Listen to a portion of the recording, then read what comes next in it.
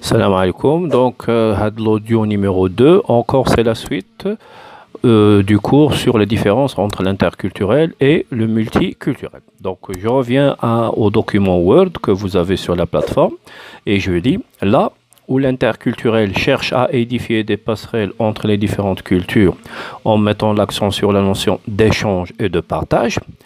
Le multiculturalisme se borne, se limite à reconnaître ces différences sans pour autant présenter une réelle stratégie pragmatique pour la gestion des différences. J'explique. Nous avons vu qu'au début de ce cours, que l'interculturel, son objectif, c'est quoi? C'est de créer des liens entre les cultures, entre les porteurs de culture. C'est de créer des échanges, de la reconnaissance, de l'interaction, une certaine synergie, une certaine dynamique culturelle et interculturelle entre les cultures, entre les porteurs de culture. Mais du côté du multiculturel, il se borne, il se limite uniquement à reconnaître ces différences. C'est-à-dire que dans une ère géographique multiculturelle, le seul principe sur lequel on met l'accent, c'est le principe de reconnaissance, c'est-à-dire on reconnaît que nous avons plusieurs cultures différentes. Mais est-ce que c'est obligatoire de créer entre ces cultures des liens, un échange, une dynamique? Non, pas du tout, ce n'est pas l'objectif du multiculturel.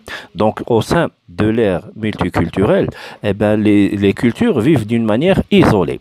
Il arrive que parfois, que entre ces cultures, il y a une ouverture, il y a un échange. Mais souvent, ce n'est pas le cas. Donc, il se limite à reconnaître ces différences sans pour autant présenter une réelle stratégie pragmatique pour la gestion des différences. Le multiculturalisme s'articule ainsi sur le principe de l'égalité des droits des individus, ce que j'ai expliqué dans la première audio, c'est-à-dire nous sommes d'égal à égal. Sur cette différence entre l'interculturel et le multiculturel, Camilleri, il souligne, on va lire la citation que vous avez, l'état de simple coexistence de cultures différentes en un même groupe définit seulement, on le sait, le pluriculturel ou le multiculturel. Ça c'est clair, pas la peine de l'expliquer. Dans pareille situation, leurs rapports sont laissés au hasard et à la conjoncture. Elles peuvent se tenir dans l'isolement ou entrer en conflit. Donc Camilleri nous explique que si on est au sein du multiculturel, les cultures vivent comment? Isolées. Il n'y a pas un rapport et il n'y a pas des échanges entre ces cultures au sein d'un espace multiculturel. Il dit que parfois, leurs rapports, ils sont laissés au hasard ou parfois à la conjoncture. Ça dépend de la conjoncture politique, économique, qui fait qu'à un moment donné, les cultures, ils peuvent s'ouvrir mutuellement l'une à l'autre. Pour s'élever à l'interculturel, et là on comprend que Camilleri, il préfère l'interculturel sur le multiculturel. Lui, il penche pour l'interculturel. Donc c'est pourquoi Kegel, pour s'élever à l'interculturel, il faut, dépassant ce stade, viser à construire entre elles, c'est-à-dire les cultures, une relation convenablement régulée. Encore le mot qui se répète, réguler, gérer. La relation convenablement régulée, c'est la démarche interculturelle, la gestion de l'interculturel, permettant d'accéder à un nouveau plan, celui d'une formation comment? Unitaire, harmonieuse, transcendant leurs différences sans les évacuer. Et ça, c'est très très important de la phrase à dire. C'est-à-dire, il dit que au sein de l'interculturel, il faut qu'il y ait une démarche interculturelle, la gestion des différences, la reconnaissance des différences, un regard positif envers l'autre. Tout ceci s'inscrit dans le cadre de la démarche interculturelle, de la gestion interculturelle, qui implique que les porteurs de culture ont l'un sur l'autre un regard positif, qu'ils possèdent une souplesse cognitive et mentale, qui leur permettent bien sûr de se remettre en cause, qui leur permettent un petit peu de sortir de l'ethnocentrisme, qui leur permettent d'accepter les différences, qui leur permettent de vivre avec les différences. Et dans ce cas-là, il serait question de quoi? D'avoir une formation comment?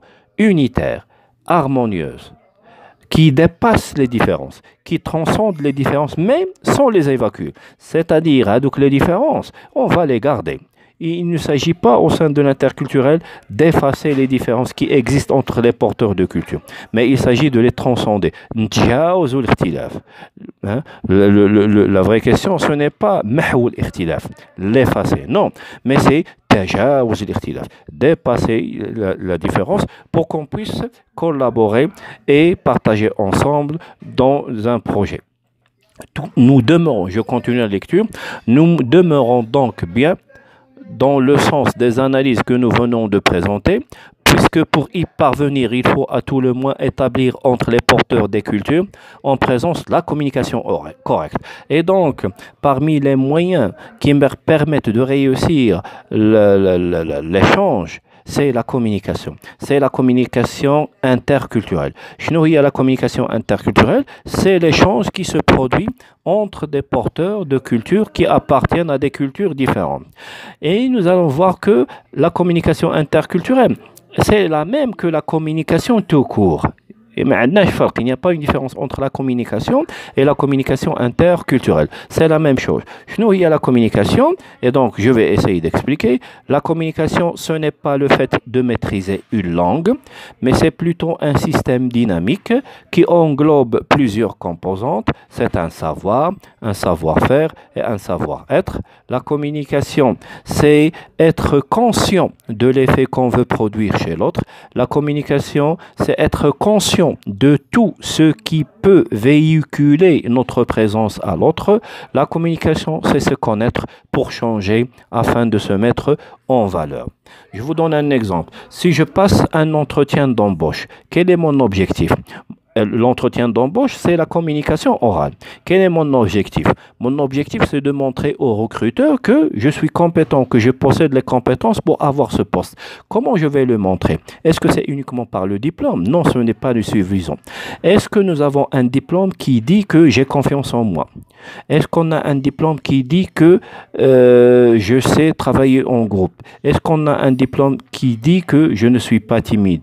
Est-ce qu'il y a un diplôme qui dit que j'ai l'estime de soi?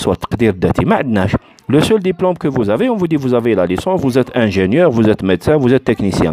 Maintenant, j'ai un diplôme qui va dire que vous avez la confiance en soi. Mais comment le montrer? Eh bien, par l'intermédiaire de mon corps, mon regard, ma gestuelle, ma voix. Tout ceci, ça permet de faire un effet chez l'autre, bien sûr. Et lorsque je suis dans un entretien, donc l'autre, il va avoir pour moi un regard positif. Il sera convaincu. Et voilà, même chose au niveau de la communication interculturelle. C'est un être, c'est un comportement. Il faut avoir un regard positif envers l'autre. Avec les préjugés. Hein? Comme on dit. Non, pas du tout. J'accepte l'autre. Il est différent de moi. Il a sa culture. J'ai la mienne. Mais il s'agit de, bien sûr, de dépasser les différences. De voir comment on puisse tous les deux coopérer. De voir comment puisse créer un projet qui respecte notre humanité, bien sûr. Donc voilà un petit peu, si vous voulez, les grands points qui nous permettent de différencier le multiculturel de l'interculturel. Bien sûr, Hachi, vous devez le compléter avec des lectures. Essayez de lire sur Internet Camilleri ou la Taylor pour pouvoir comprendre, bien sûr, tout ce que je lis. La suite, ça va être pour l'identité et l'altérité. Comme des audios, il faut l'écouter et les suivre. Je vous remercie.